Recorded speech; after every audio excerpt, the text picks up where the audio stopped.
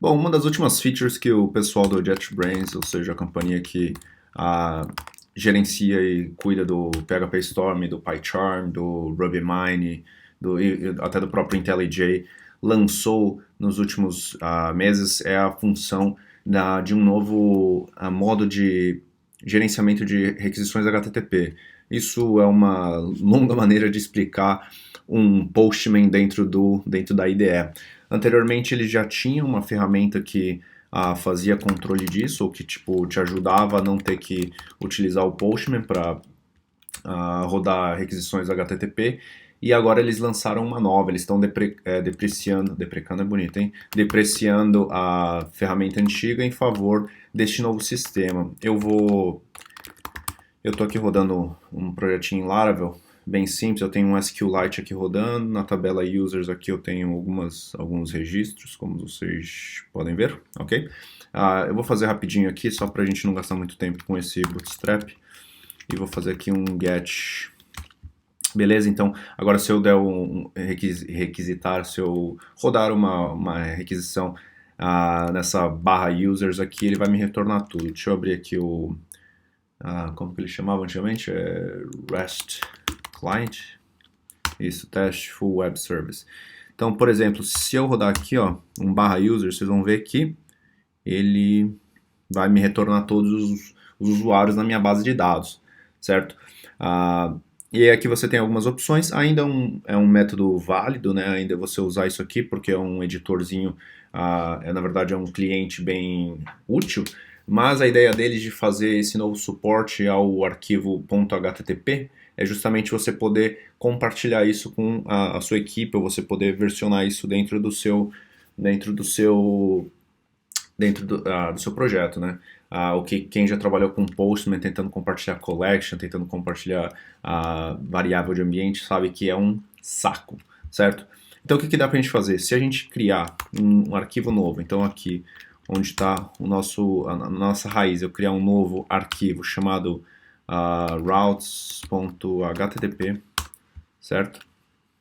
Na verdade, deixa eu mover ele para a raiz, então só um instante, vou mover aqui de routes para routes para ser na raiz, e ele tem alguns live, deixa eu fechar isso aqui, ele tem alguns live templates já, então se você der um GTR aqui, ó, ele vai criar um post request para você, marotinho, e aí é que eu vou fazer uma requisição igualzinha a que eu havia feito, certo? E vou rodar isso aqui. Show de bola, retornou tudo aqui, o que mostra que pelo menos a funcionalidade está funcionando, mas digamos que você tem várias requisições que você quer fazer, ou você quer, por exemplo, fazer uma requisições em cadeia. Então, um exemplo clássico é, por exemplo, no Postman você quer rodar uma requisição post para fazer um login, e com a resposta do token você quer prover isso como parte do argumento ou do header de uma requisição GET, por exemplo.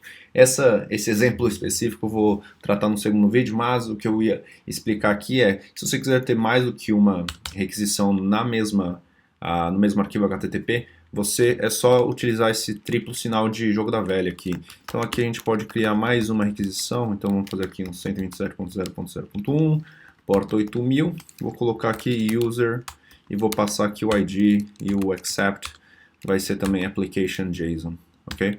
Então se eu vier aqui, eu vou dar uma clonada rapidinha aqui, certo? Eu vou passar aqui ID, eu não quero enrolar muito aqui, então eu vou dar uma acelerada, então vai ser um arzinho básico aqui, onde ID vai ser igual a ID, certo? Em teoria, se eu rodar isso daqui, ele vai me retornar apenas o usuário com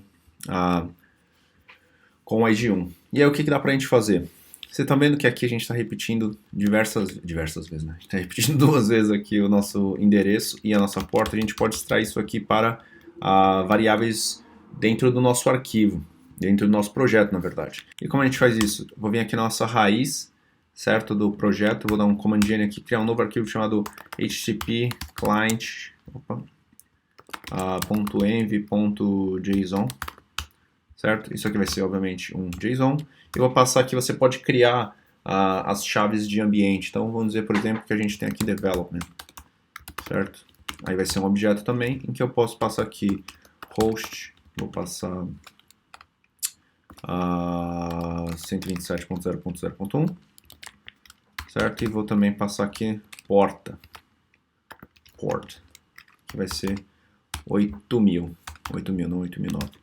Beleza? Dá aquela formatada marota. E aí aqui, se viermos aqui, vou dar aqui um replace, host, e aqui também porta. E aí como vocês vão poder ver aqui, ó, aqui a gente vai ficar só com run with development environment. Então se eu rodar aqui, é para ele estar funcionando, e obviamente se eu rodar aqui, é para estar funcionando. Uma coisa que é interessante é que eles criaram um conversor, um conversor de formatos. Então, digamos que eu tivesse aqui um user /1 get email e tivesse algum arquivo, se você clicasse aqui, ó, ele vai converter isso para você. Beleza? Esse era um vídeo mais introdutório, eu queria falar sobre o assunto. No segundo vídeo eu vou mostrar como a gente pode usar a ferramenta de teste que ele integra. Então, se vocês olharem aqui, cadê? Deixa eu rodar a query de novo. Run with development. A gente tem a opção de testar isso daqui, na verdade, ele não está aparecendo aqui, mas a gente tem a opção de criar testes em cima. Então, por exemplo, assim, me garante que se eu rodar essa requisição, eu estou retornando um JSON, ou me garante que se eu rodar nesse ID, nesse usuário específico, eu estou retornando específico valor, ou que eu estou gravando alguma coisa.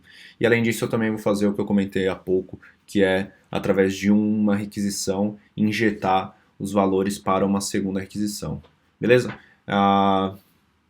Então, a gente continua no próximo vídeo onde eu trato desse assunto.